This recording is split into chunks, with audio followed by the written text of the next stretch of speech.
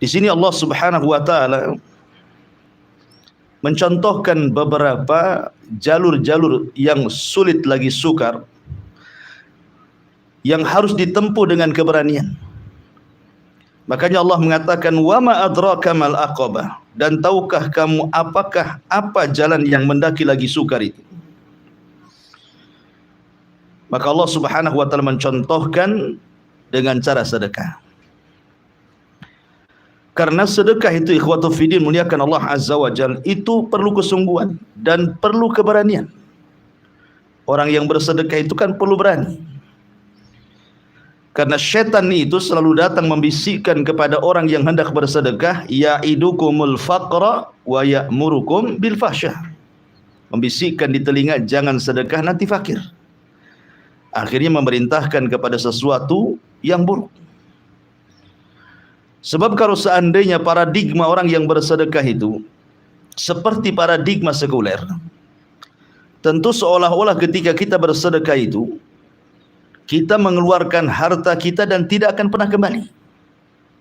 Kan begitu, kalau di dompet antum ada 100.000 kemudian antum ambil sedekahkan, maknanya hilanglah 100.000 di dompet. Itulah paradigma sekuler kan seperti itu. Sehingga perlu keberanian. Makanya orang yang sedekah itu orang yang berani. Kalau dia pengecut, penakut, nggak akan sedekah orang itu. Dia akan mikir 1000 kali. Ya. Tetapi ketika kemudian dia bersedekah, maka sesungguhnya dia punya kesungguhan dan keberanian untuk mengeluarkan harta. Karena sedekah itu bagian daripada ibtila.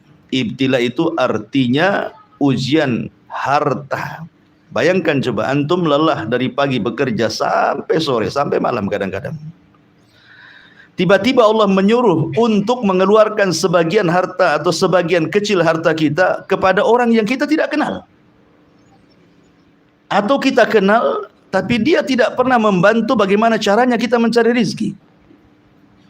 Ya kan, kita punya tetangga, dia tidak pernah membantu kita.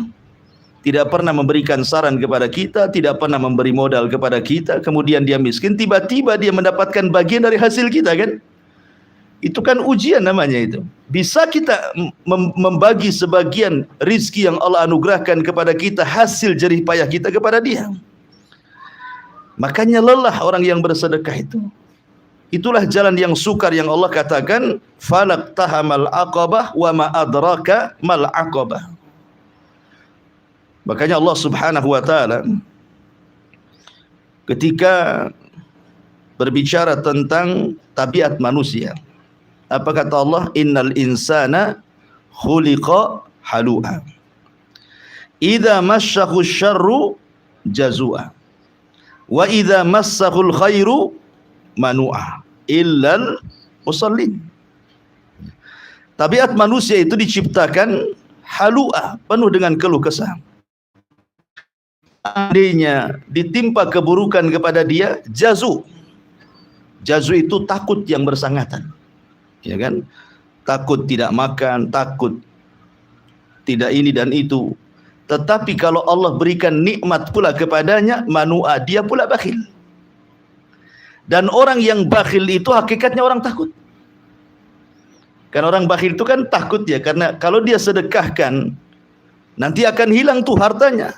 Ya. Kalau seandainya dia infakkan, habis pula, ludes pula hartanya. Takut dia. Jadi orang bakhil itu orang yang paling takut. Dan orang yang bersedekah itu adalah orang yang paling berani. Sebagaimana kita menempuh jalan yang terjal, gunung yang tinggi, kalau tidak punya keberanian, tidak akan naik. Takut ketinggian kan itu.